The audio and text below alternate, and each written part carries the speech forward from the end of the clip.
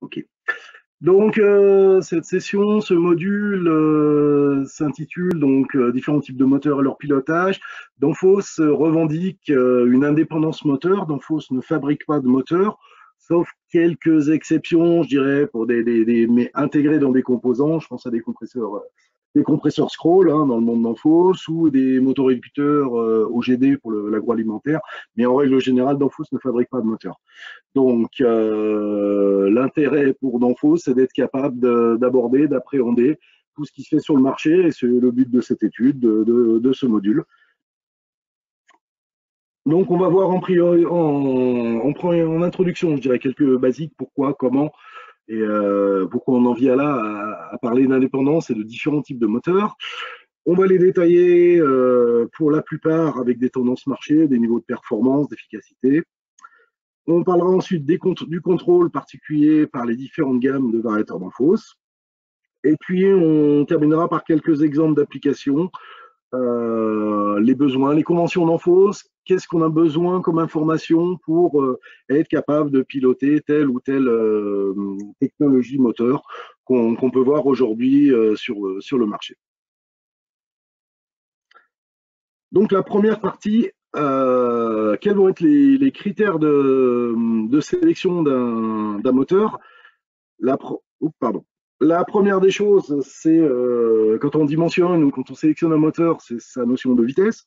À quelle vitesse ma machine tournante a besoin de tourner? Quels sont les besoins de couple? De la même manière. Donc l'ensemble des deux va nous donner des notions de puissance.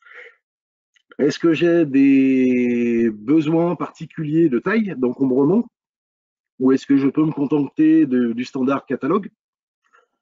Où est-ce que je vais monter mon installation, c'est-à-dire quelles vont être les conditions d'installation en termes d'étanchéité à l'eau, à la poussière, des conditions ambiantes également, température, pression, altitude, de manière à ce que mon installation tourne proprement, clairement. Cinquième notion, la notion de rendement. Est-ce que j'ai des exigences normatives? Est-ce que j'ai des exigences parce que je veux amener une solution plus en avant par rapport au marché, etc. Et la dernière, on peut avoir besoin, dépendre de besoins spéciaux. Si le moteur est intégré dans un équipement complet, si c'est une pompe immergée qui doit aller à 200 mètres de profond, si c'est pour de la machine d'emballage avec des axes minuscules, des petits cerveaux, des choses comme ça. C'est l'ensemble de ces critères, non exhaustifs, il peut en avoir d'autres, qui vont nous permettre de déterminer la sélection de notre moteur, donc sa puissance, son type, sa technologie, son environnement, etc. Bien évidemment, l'ensemble des régions du monde sont liées à des normes, et c'est ce qui explique la motivation pour les nouvelles technologies, parce que sinon on aurait pu rester sur un moteur asynchrone qui a 100 ans.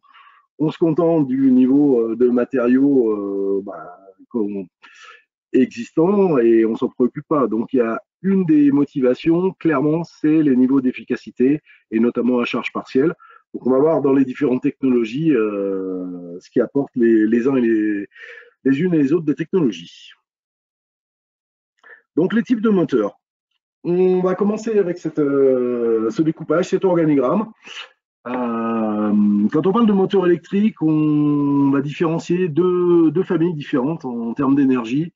On appelle les moteurs DC, donc moteurs à courant continu, sur lequel on vient alimenter via des balais le rotor, la partie tournante, la partie mobile en courant continu, et donc les moteurs AC alternatifs, dans lesquels on vient à l'inverse alimenter la partie fixe, qu'on appelle le stator, par du courant alternatif. Dans ces moteurs alternatifs, on va définir deux grandes familles, ce qu'on appelle les moteurs asynchrones.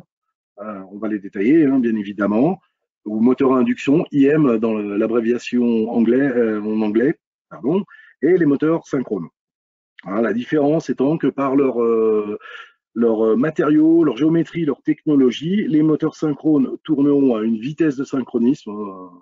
On détaillera plus tard, et puis les moteurs asynchrones ne vont pas tout à fait aussi vite que la théorie. Voilà. L'idée étant de décomposer l'ensemble. Donc, vous présentez d'abord les asynchrones, bien entendu les plus connus, les plus courants, et puis ensuite, on détaillera un petit peu plus les synchrones qui, pour certains, sont des nouvelles tendances marché. Donc, si je commence par le premier, le plus connu, le moteur asynchrone, donc comme je vous disais, il a plus de 100 ans, induction motor en anglais. Donc la plupart du temps, je pense à la forme géométrique la plus classique. Donc on a un stator extérieur qui est donc la partie fixe, qui est composée d'enroulements qui vont nous produire un champ magnétique. Le rotor est fait, donc la partie tournante est fait ce qu'on appelle une cage d'écureuil. En fait, c'est des barres métalliques ramenées en court-circuit à chaque bout. Donc typiquement, les enroulements vont produire un champ magnétique par l'alimentation et le rotor, lui, va générer une force électromagnétique qui va être capable de faire tourner le rotor. Donc sur ces moteurs, on a un démarrage direct possible, bien évidemment. Hein, ça a été le cas pendant des lustres avant l'avènement de l'électronique de puissance. C'est une technologie bien évidemment éprouvée, robuste, hein, que ce soit avec ou sans variateur de vitesse. Au niveau de l'efficacité, ces moteurs ont un petit inconvénient, c'est qu'on a une perte d'efficacité quand on est à charge partielle. La variation de vitesse a permis de tourner avec à différentes vitesses, bien évidemment, et aussi a permis de ne pas toujours être à charge maxi, et donc l'efficacité est plutôt moins performante à charge partielle. On a des possibilités, et c'est le travail qui a été fait depuis une dizaine d'années, d'améliorer cette efficacité en remontant qualitativement en termes de matière, de rajouter un peu plus de cuivre notamment. Mais ça a occasionné des modifications de taille physique, étant donné que c'est quelque chose qui est très utilisé depuis très longtemps. Vous avez des standards de hauteur d'axe, etc. Et aujourd'hui, on se rend compte que si on prend comme moteur moderne d'aujourd'hui IE3, qualifié IE3, hein, c'est le niveau d'efficacité, on va avoir une modification de taille physique par rapport à ce qui se faisait il y a une dizaine d'années en IE1. Il y a quelques fabricants qui sont capables d'atteindre une classe IE4, hein, mais je vous dis toujours en augmentant le qualitatif. En tendance marché, une diffusion, une disponibilité très large, hein, bien évidemment. On trouve tout sur le marché, on trouve tous les prix. Et par contre, la limite aujourd'hui, c'est clairement, on dit l'IE4 c'est un challenge. Certains fabricants de moteurs de bonne facture y arrivent dans des gammes, on va dire des gammes premium, haute efficacité. Il y a une limite physique clairement à tout cela pour si on doit grimper encore des niveaux demain, à l'avenir. Une autre version du moteur asynchrone qui est un petit peu moins connue dans nos métiers, c'est ce qu'on appelle le moteur asynchrone à rotor cuivre. Donc ça reste la même philosophie, même principe. Par contre, on va rajouter du cuivre sur le rotor. C'est-à-dire qu'on va augmenter les propriétés, hein, typiquement du rotor. On peut toujours démarrer en direct, mais étant donné qu'on a plus de capacité, on va avoir un couple de démarrage supérieur. Pour un pilotage variation de vitesse, on va être complètement identique. Ça reste un moteur asynchrone. Donc, on va déclarer les données d'enroulement pour lesquelles le moteur est plaqué. On va faire son apprentissage et on va retrouver des performances similaires. Donc, forcément, on est directement dans des classes IE3 voire IE4 avec un gain en taille physique, puisque forcément, on augmente les capacités du rotor et moins de pertes du rotor. En termes de tendance marché, c'est un coût moins tiers qui engendre un prix supérieur. C'est pour ça qu'on ne le voit pas beaucoup dans nos métiers, que ce soit tertiaire ou industriel. On le voit par contre un peu plus dans l'automobile, hein, pour la propulsion. Si on passe au moteur synchrone, donc je vous présente, vous avez vu qu'il y avait plusieurs sous-catégories sur les moteurs synchrones, donc une vue d'ensemble. On va distinguer sur les technologies avec deux grandes familles. Soit on va jouer sur les matières du rotor, typiquement des bases aimants, hein, ou ce qu'on appelle aimants permanents, ou sur la géométrie du rotor. Donc on va rester en acier, mais on va jouer sur la géométrie du rotor qui va nous permettre de donner des propriétés.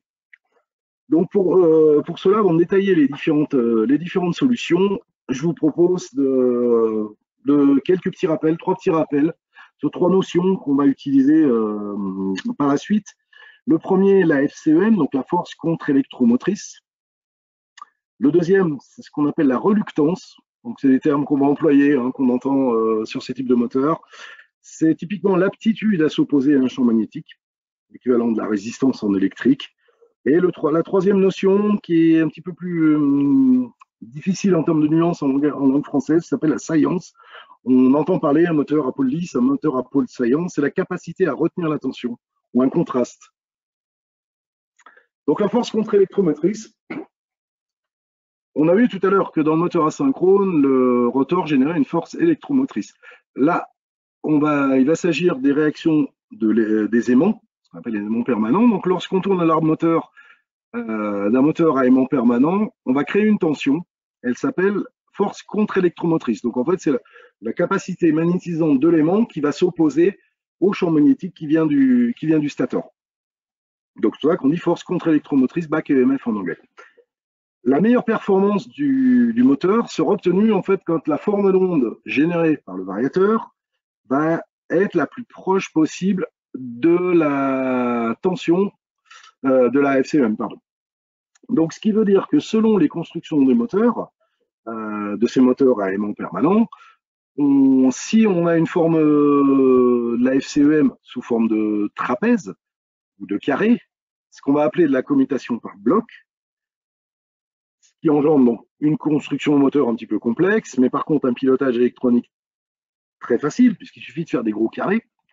Et la deuxième, ça va être si on a une force contre-électromotrice sinusoïdale.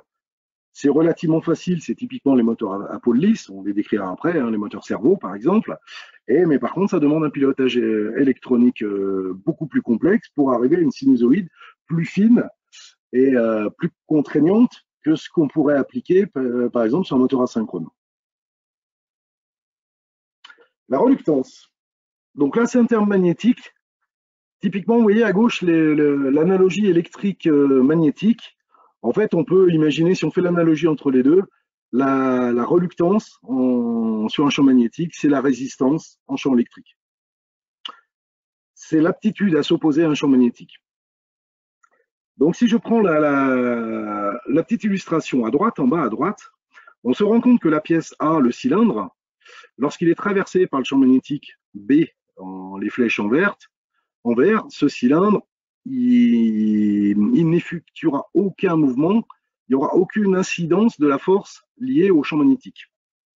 Par contre, la pièce rectangulaire qu'on a sur la droite, bien évidemment, quand le champ magnétique va s'appliquer, vous voyez bien que des forces, on se souvient du théorème de Fleming, la règle des 3 doigts, hein, de la main droite, hein, on prend le pouce, l'index, le majeur, et on va générer une force parce que cette géométrie va se faire influencer par le champ magnétique et donc on va avoir un mouvement qui va se créer par la force.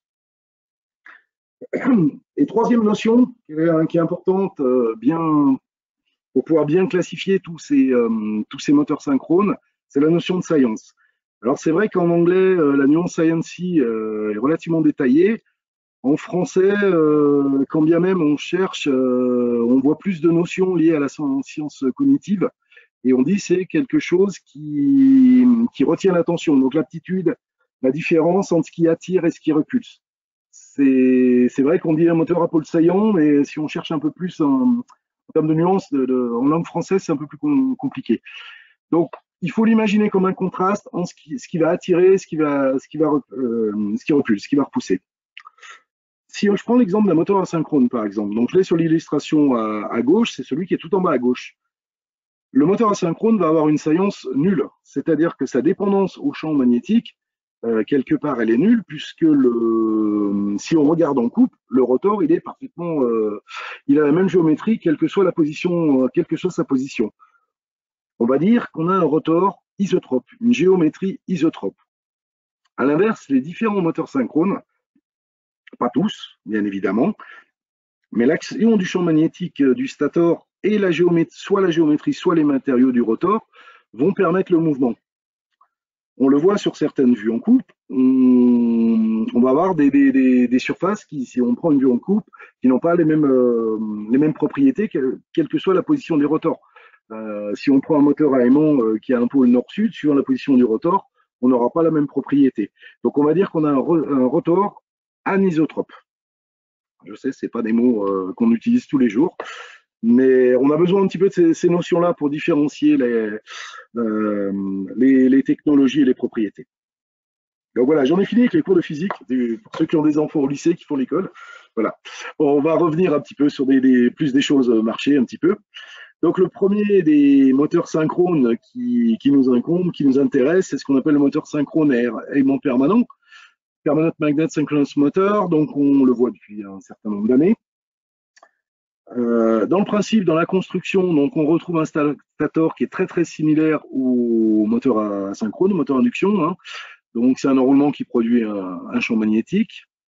On a un rotor qui est fait d'aimant, donc soit sur base de terre rare, soit sur base de ferrite, qui va nous permettre de créer un champ magnétique constant. Donc à la vitesse de synchronisme, les pôles rotors se calent sur le champ tournant, on n'a aucun glissement sur ces types de moteurs. On va distinguer quand même deux types de construction, ce qu'on appelle les moteurs SPM, donc Surface Mounted Permanent Magnet, c'est ce qu'on appelle en français les moteurs à pôle lisse, communément, et les IPM, Interior Mounted Permanent Magnet, donc les moteurs à pôle saillant. En termes de rendement, on n'a aucune perte rotor, puisqu'on bénéficie de la propriété du matériau aimant. On a une faible résistance stator, donc on arrive à des niveaux de performance IE4, quasiment tous IE4, voire aujourd'hui on voit apparaître des IE5, même si la notion d'IE5 n'est pas tout à fait vraie dans les normes, mais en termes marketing, en tout cas, on voit apparaître des noms d'IE5. Donc je vous disais qu'on distingue deux types dans ces moteurs à aimant permanent. Donc typiquement l'aimant de surface et l'aimant intérieur. Donc vous voyez le rouge, aimant de surface, le jaune, aimant intérieur. Le SPM, donc en aimant de surface à pôle lisse, on va avoir une forte densité de puissance, hein, puisqu'on va mettre plus d'aimants pour couvrir toute la surface. On va avoir une inductance constante selon la position du rotor. Si on voit sur le dessin en bas à droite la différence entre les deux, si je prends les deux dessins, les deux schémas, les deux vues en coupe pour distinguer LD, les données LD et LQ, en fait la LD c'est l'inductance qui passe entre le milieu du pôle nord, entre un pôle nord et un pôle sud, et on voit que si on se décale, donc le LQ, le quadratique, si on se décale de 90 degrés sur cet exemple-là, on va avoir la même forme, la même valeur. Donc c'est pour ça qu'on dit qu'on a une inductance constante sur la position, donc LD, LQ. Par contre, une des limites de ce moteur, c'est sa zone de défluxage. Donc la capacité à travailler en survitesse est très limitée sur ces moteurs-là. Il faut tout le temps se fier à la fiche technique. C'est le cas des petits moteurs servo, hein, ils sont vendus pour une valeur de coupe et une valeur de vitesse max, et il est très difficile de le dépasser. C'est jamais conseillé. À l'inverse, donc le moteur à aimant intérieur, donc ce qu'on appelle à pôle saillant, on va voir justement cette saillance en fait entre le LD et le LQ. Donc les deux images en bas à droite. Le LD est toujours fait de la même manière, je croise le pôle nord, je croise le pôle sud. Et si je me décale de 90 degrés, on voit que par rapport à la position de l'aimant, on n'a plus les mêmes propriétés. Donc on va avoir une variabilité et une différence entre le LD et LD et LQ, et donc un couple réluctant. Par contre, ces moteurs-là permettent des hautes vitesses. Autre différence, si on regarde un peu plus au niveau des pourquoi et des tendances marché, sur un moteur aimant permanent SPM, donc moteur à pôle lisse, on a une grosse quantité de matériaux, de terres rares significatives, hein, donc c'est un coût élevé. C'est plutôt ce qu'on voit sur des petites puissances, donc je pense au cerveau, hein, aux applications cerveau. Je vous parlais de quelques moteurs fabriqués par Danfoss, hein, le Wenger Drive, c'est le moteur réducteur qu'on utilise sur les systèmes de convoyeurs en agroalimentaire, le moteur hygiénique, hein, clairement, et les compresseurs, Danfoss Commercial compresseurs frigorifiques type scroll. On voit aussi fabriqué, hein, dans nos usines. Donc ils ont un moteur intégré, c'est un moteur SPM dedans. Et dans le domaine de l'HVAC, hein, du traitement de l'air en tertiaire, on voit ces types de moteurs-là, mais par contre à l'inverse avec un rotor externe. Les IPM, les moteurs pôle saillant, on a moins besoin de matériaux, hein, à puissance équivalente. On peut utiliser des matériaux alternatifs. On n'est pas obligé d'utiliser les terres rares, donc des ferrites, ce qui fait qu'on a moins de variabilité de coût. Par contre, donc, c'est des moteurs qui ont une certaine saillance, ce qui fait que quand on tourne l'arbre, on les sent l'épaule.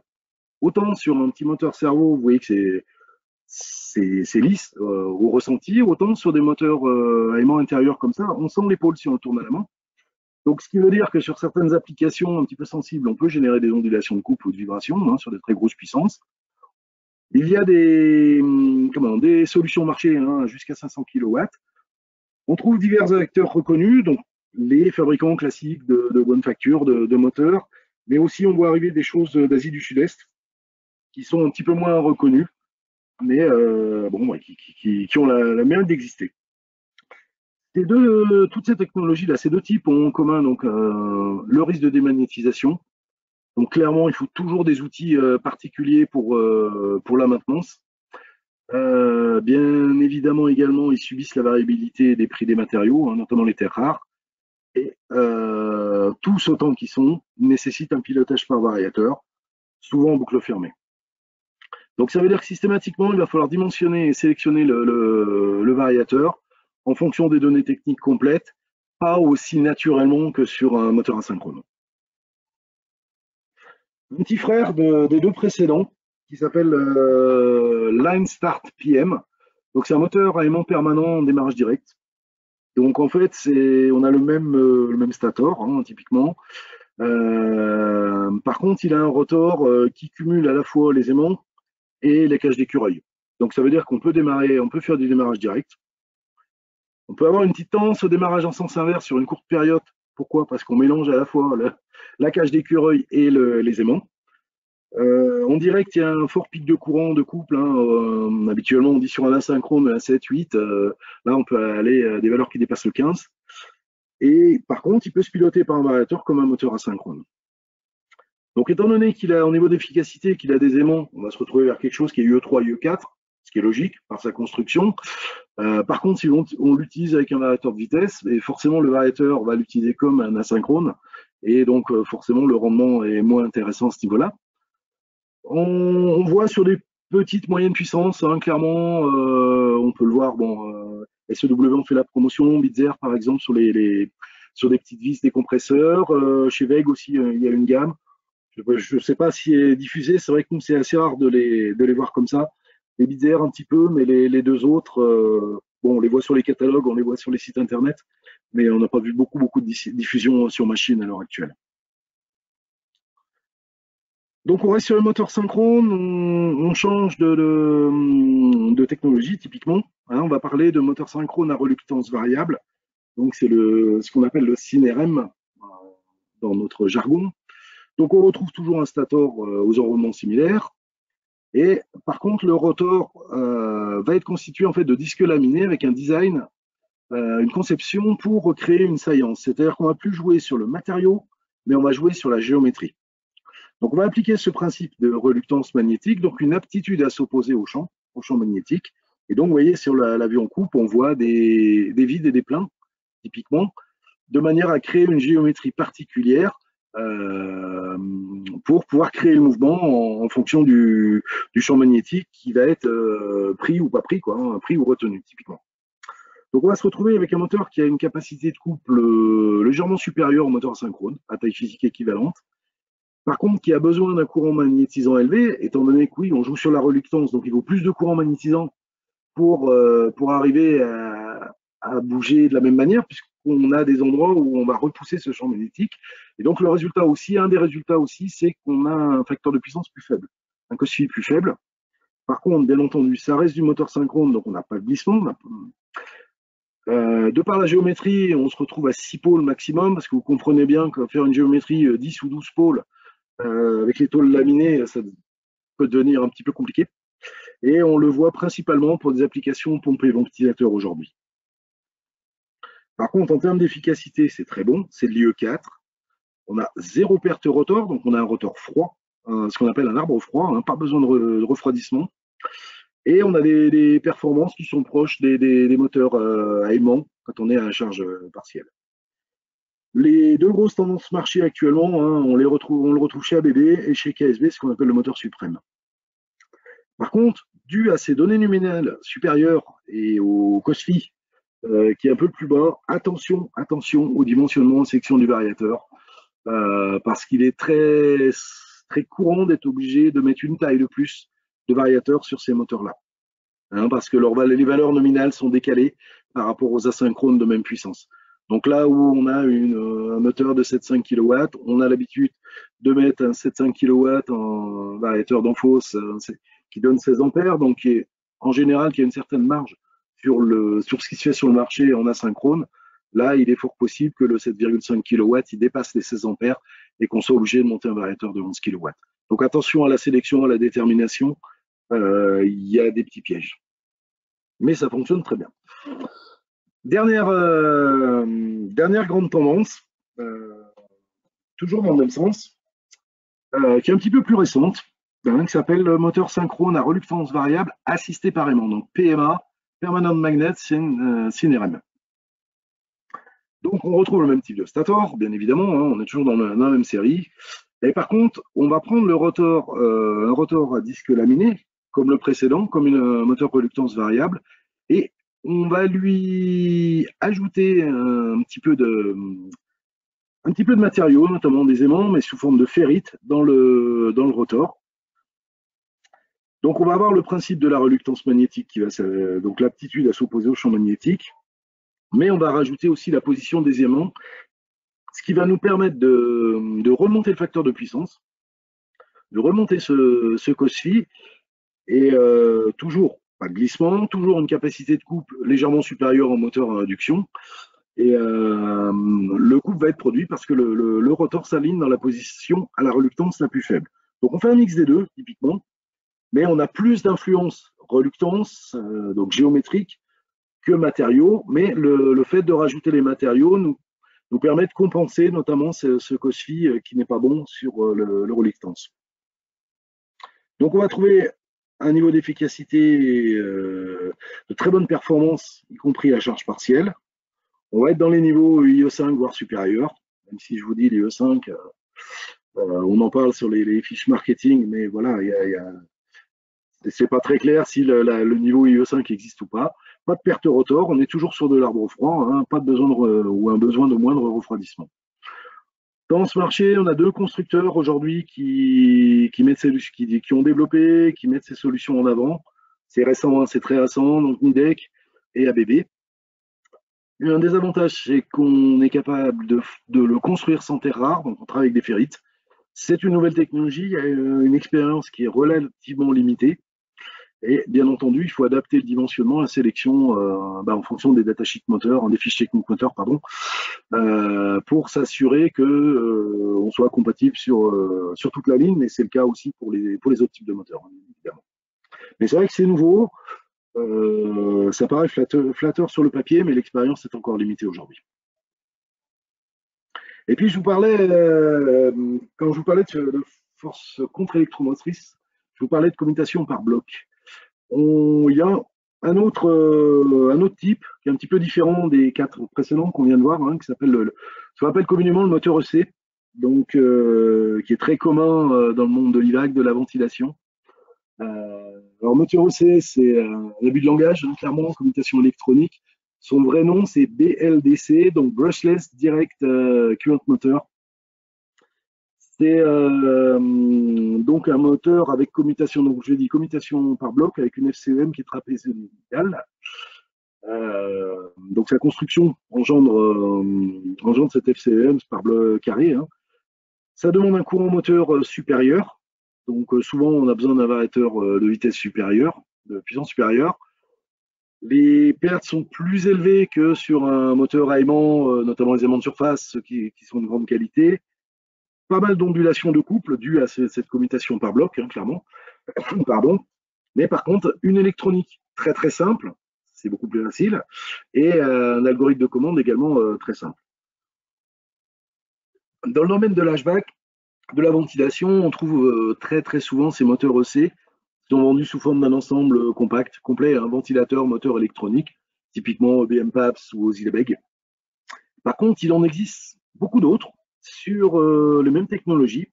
Alors c'est vrai que le moteur de ventilation, il est un peu particulier, ce qui est le rotor externe. Mais vous voyez, j'ai deux exemples en dessous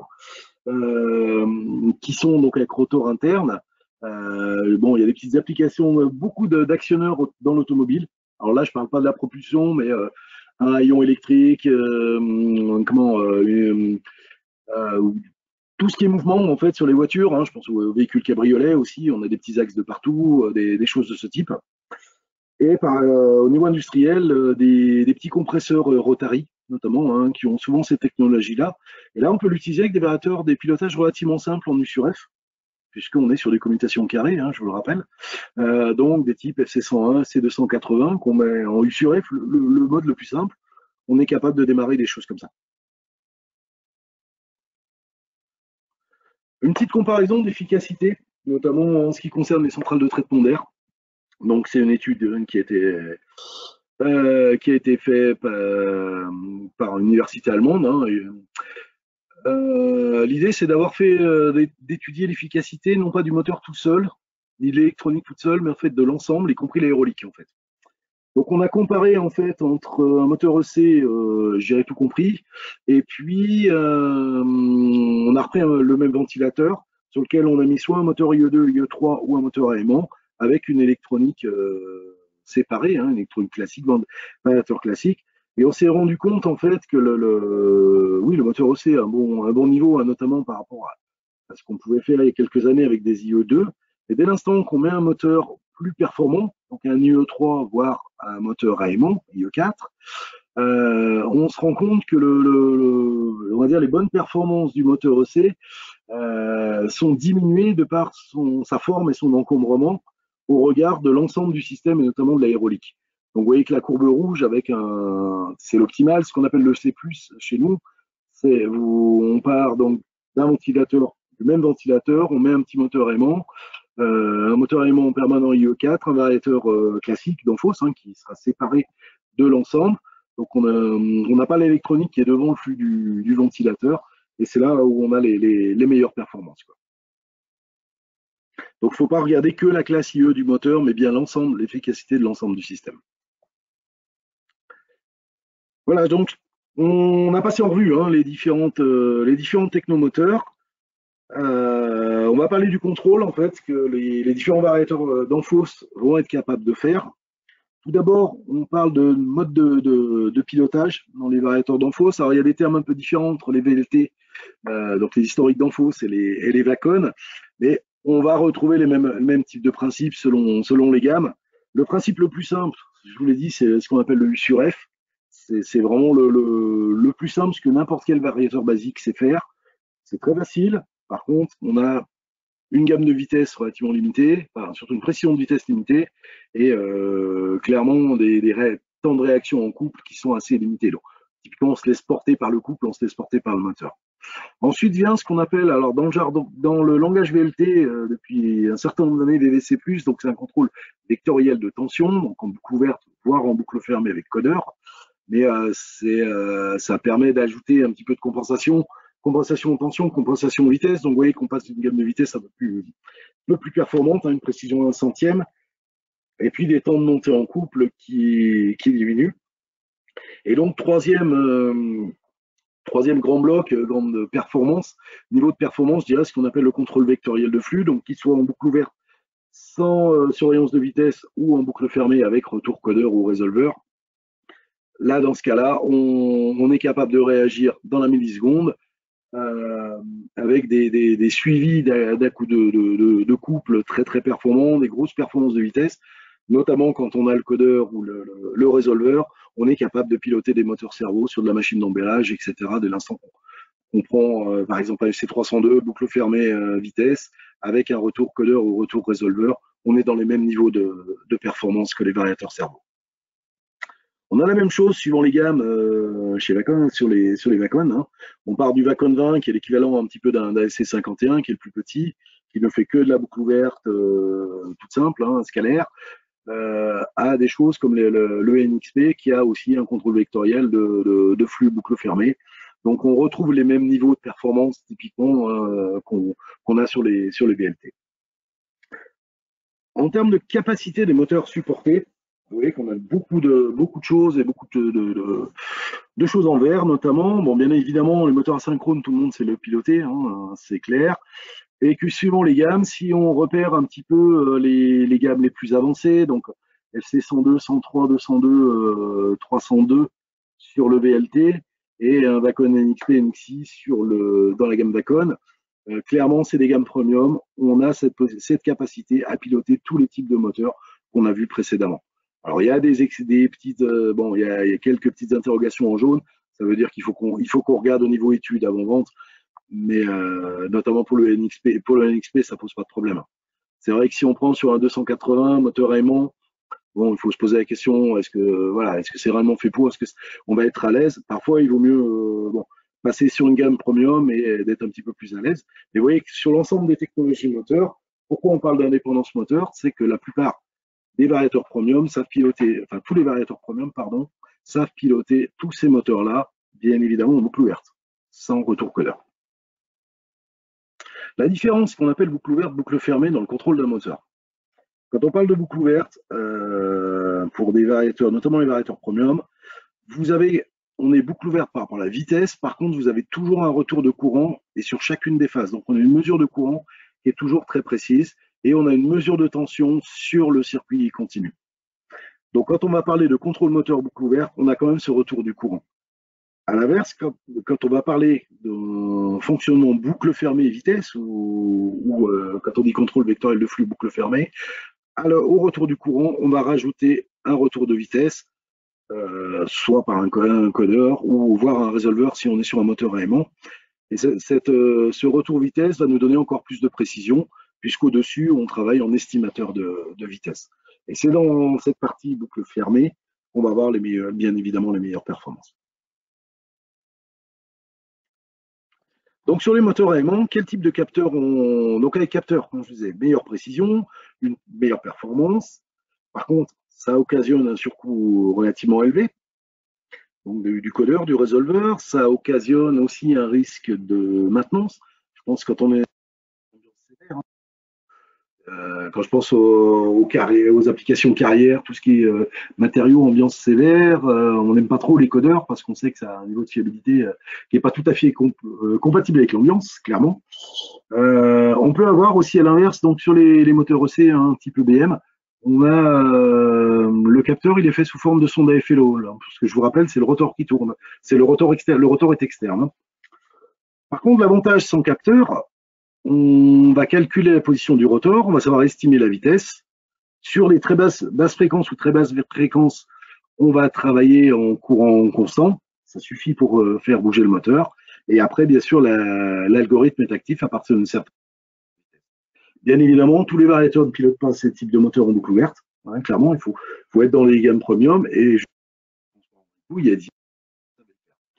Aujourd'hui, donc le moteur plutôt l'algorithme courant, de vectoriel tension, aimant permanent des VLT, il permet aujourd'hui un pilotage en boucle ouverte de tous les types de moteurs. Après, bien évidemment, ça ne donne pas des valeurs de coupe, de rigidité, comme on pourrait avoir sur un servo avec un résolveur, je vous l'accorde. Mais c'est vrai qu'il y a une dizaine d'années, personne ne savait le faire. Aujourd'hui, avec ces nouveaux algorithmes là, sur les variateurs d'Enphos, on est capable de les faire tous avec de la boucle ouverte, donc sans avoir besoin ni de codeur ni de résolveur. Donc si on résume les robustes, donc sur le PVC+, donc c'est le mode classique.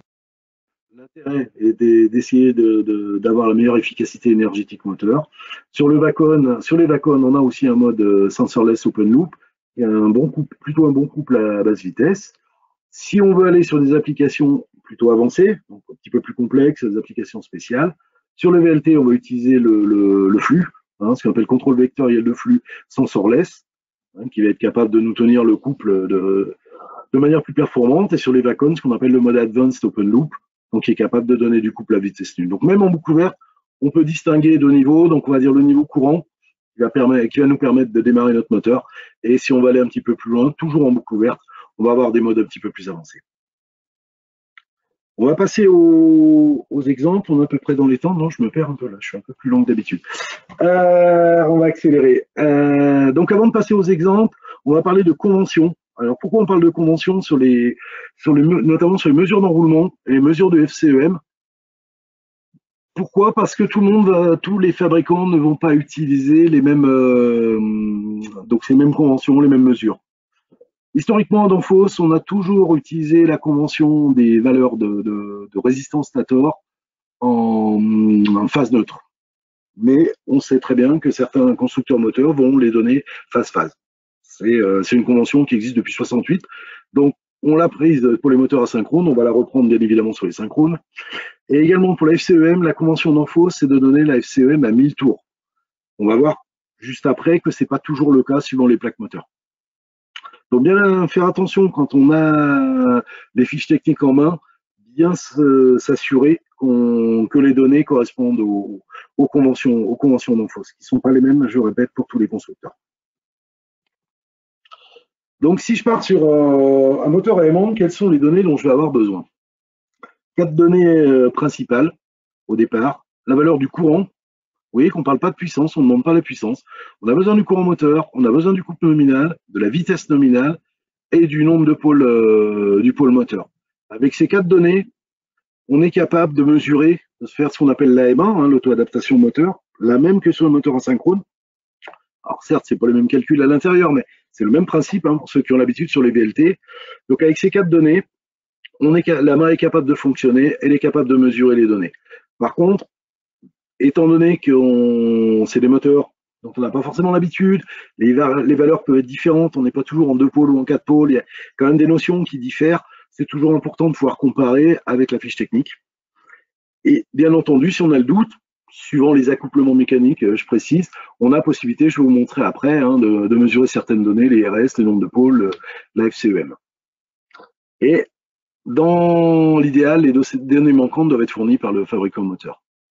La petite différence, je vous l'ai dit tout à l'heure, entre les deux algorithmes, moteur à police, moteur à pôle saillant, donc SPM, IPM, c'est que sur le SPM, on n'aura que l'inductance, j'ai fait une bêtise, si c'est LD, uniquement LD, et le LQ n'apparaît que sur l'IPM, puisqu'en fait sur le moteur à aimant de surface, on a la même valeur entre LD et LQ, donc on ne la distingue pas.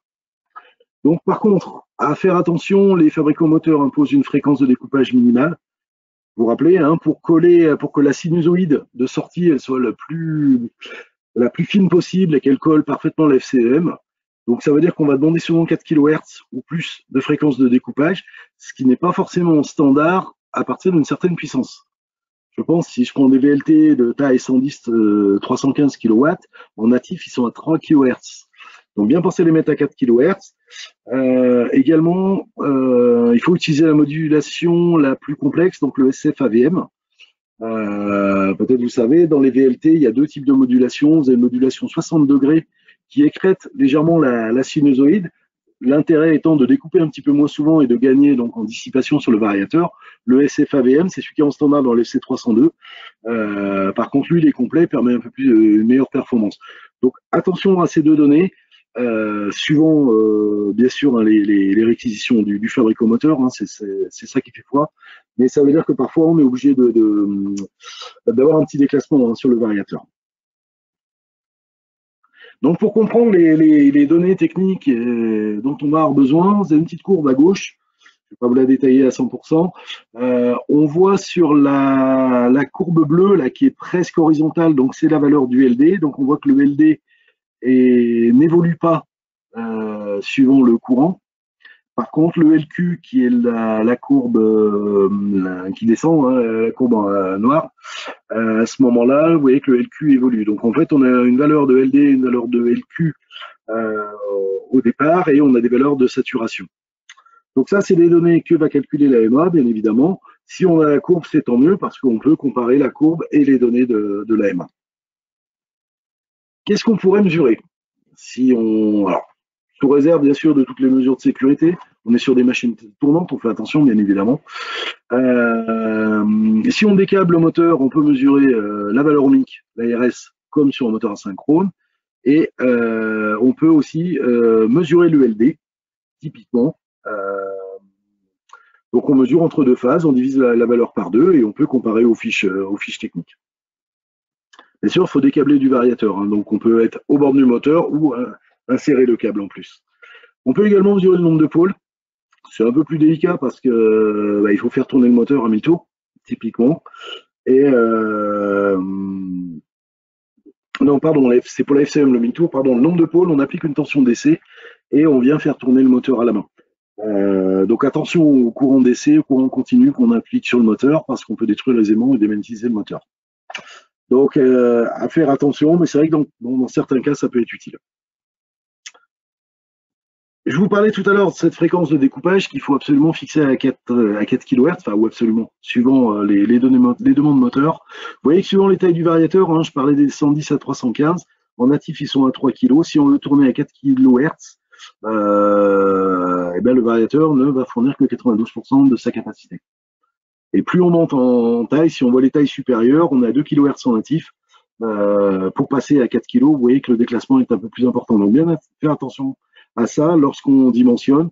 C'est pour ça que sur des moteurs comme ça, quand vous nous sollicitez, n'hésitez pas à nous glisser les fiches techniques en plus des moteurs et on saura vous sélectionner ça au mieux par rapport à votre application. Donc on va prendre un premier petit exemple. Donc c'est un moteur Lafert. Donc on a la plaque.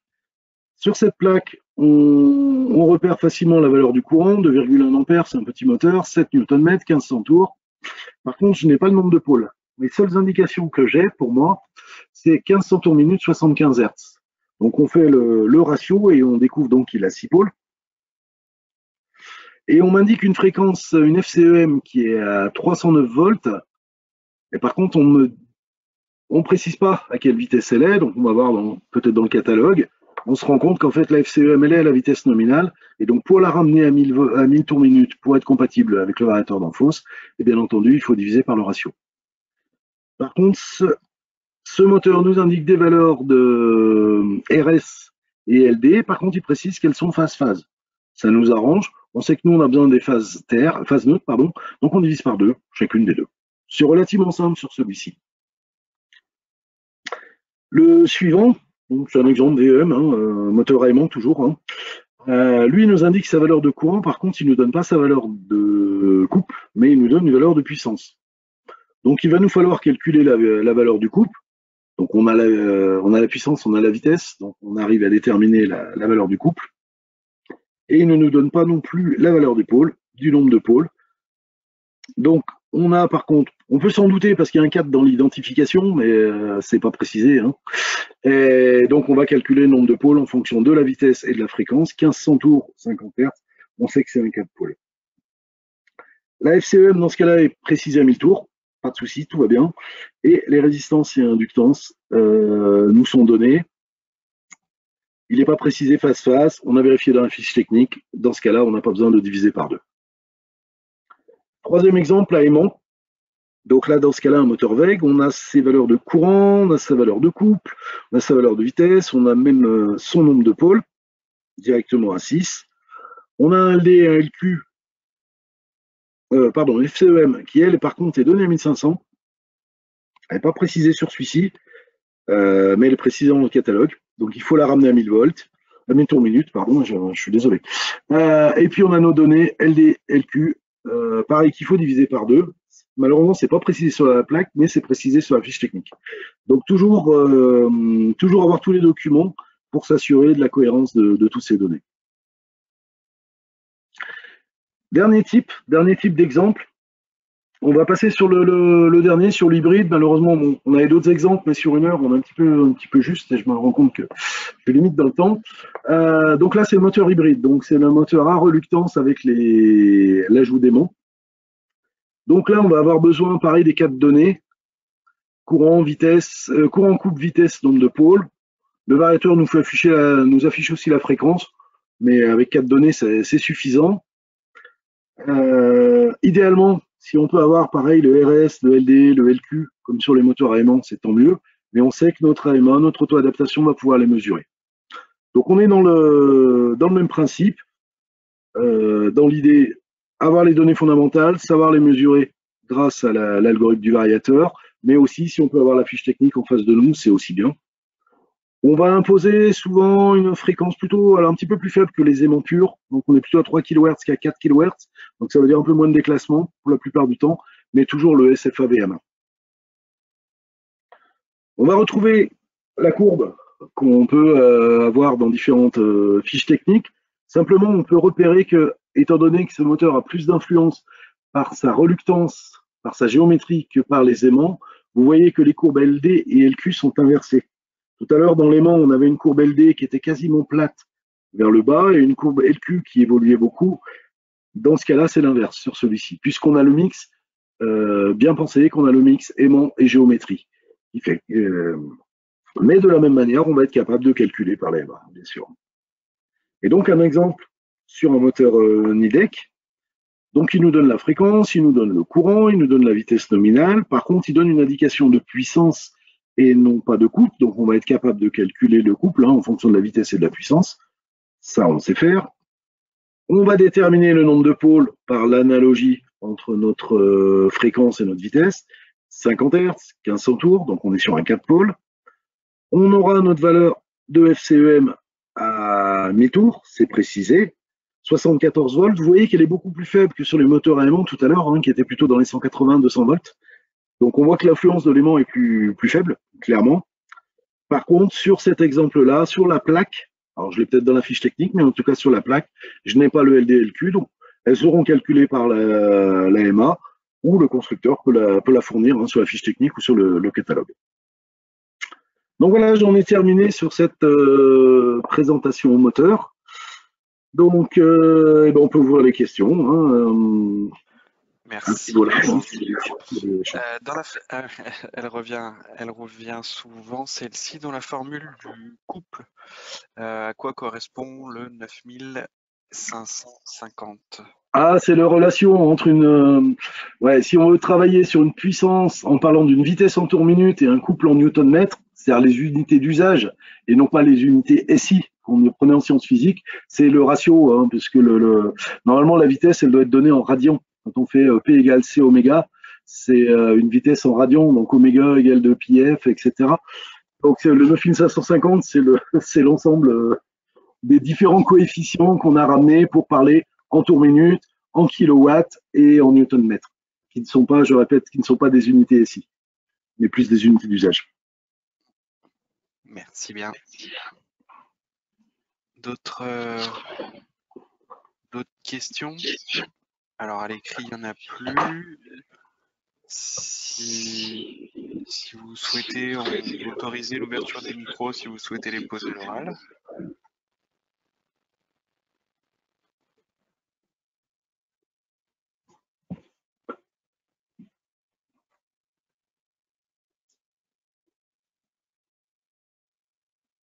Ah oui, AMA. AMA, ah oui, c'est Adaptation Motor, Automatic Motor Adaptation en anglais. C'est l'adaptation automatique au moteur. En fait, quand vous programmez votre variateur, vous rentrez votre plaque moteur. Ça marche même sur un moteur asynchrone. Vous rentrez vos 5 données, la puissance, le courant, la tension, la vitesse et la fréquence. Et l'AMA, en fait, c'est une mesure au moteur qui se fait à l'arrêt sur les VLT. Donc pas besoin de désaccoupler, pas besoin de freiner, de bloquer quoi que ce soit, ça se fait à l'arrêt. En fait, le variateur est capable de mesurer le schéma équivalent du moteur. Donc si on prend un FC302 le plus avancé, sur un moteur asynchrone, c'est les 5 données, le RS, XS, XM, RR et XR. Vous voyez le schéma équivalent du moteur asynchrone. Et sur le moteur à aimant, c'est le RS, donc résistance stator, le LD, le LQ et les points de saturation et la FCEM par calcul. Donc ça prend, maintenant ça prend 30 secondes. Il y a encore quelques temps, ça prenait une dizaine de minutes sur des grosses puissances. Je pense des plus de 500 kW. Et maintenant, on a une version AMA 2, alors qui marche pas sur tous les algorithmes, pas les tout derniers, mais qui marche sur le moteur asynchrone, même à 500 kW, en quelques secondes, elle est faite. Donc c'est du brevet. Après, ne me demandez pas Ce qui fait aussi pour mesurer l'ERS, je sais vous l'expliquer, mais après ce qui fait pour tout faire à l'arrêt, il y a du brevet dedans, donc je ne sais pas tout vous détailler. Merci Jérôme. Pas d'autres questions? N'hésitez pas, surtout. Comme d'habitude, si celles-ci mûrissent après la présentation ou dans les jours qui viennent, n'hésitez pas à revenir vers nous. On se fera un grand plaisir d'y répondre. Ah, quelqu'un a ouvert son micro, non?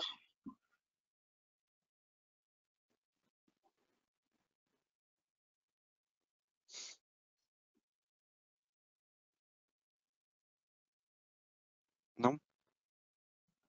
Bon. Bah, écoutez, encore une fois, on renouvelle notre disponibilité sur toute question qui viendra après. Peut-on faire confiance à 100% à l'AMA ou doit-on vérifier les valeurs? Alors sur de la synchrone, on peut y faire confiance sans problème.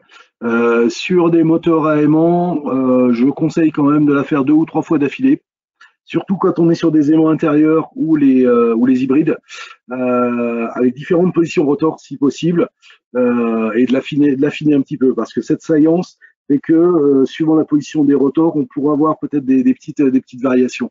Mais oui, on peut lui faire confiance, oui, oui, clairement. Ouais. Ouais. C'est bon pour la petite histoire, ces algorithmes. Alors bon, certains bien sûr étaient là depuis une dizaine d'années. Hein, je pense au moteur cerveau, mais les derniers sont arrivés ces 2 dernières années. Et clairement, on a eu des évolutions presque tous les 6 mois. Ça fait maintenant un an que c'est bien stabilisé. Et je peux vous promettre que les auto-adaptations, notamment des derniers hein, de l'hybride ou de l'IPM, se sont bien améliorées. Sincèrement, on peut y faire confiance. Par contre, il ne faut peut-être pas hésiter surtout sur des grosses puissances, vous faites 2 fois, 3 fois, 4 fois, avec des positions si possible, des positions de rotor différentes, parce que ça peut jouer un petit peu sur le LDLQ, ouais. Ouais. Mais on peut y faire confiance, mais toujours idéalement avoir la fiche technique avec soi, ça permet d'étoquer pour les ordres de grandeur. Merci bien.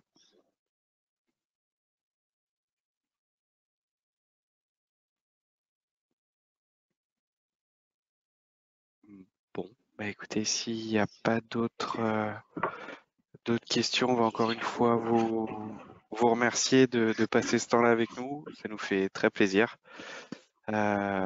Merci Jérôme pour cette présentation. Demain, pas de webinaire, on revient lundi matin avec l'entretien des variateurs et des services Drive Pro, l'après-midi avec les harmoniques et mardi avec les convertisseurs intelligents pour les smart grid et l'outil de calcul MCT31 pour les harmoniques. Donc voilà, d'ici là, portez-vous bien. Encore une fois, merci de passer ce temps-là avec nous. On apprécie. Merci de votre attention. Merci de votre attention. Portez-vous bien et puis à très bientôt. Au revoir. À bientôt. Bonne journée.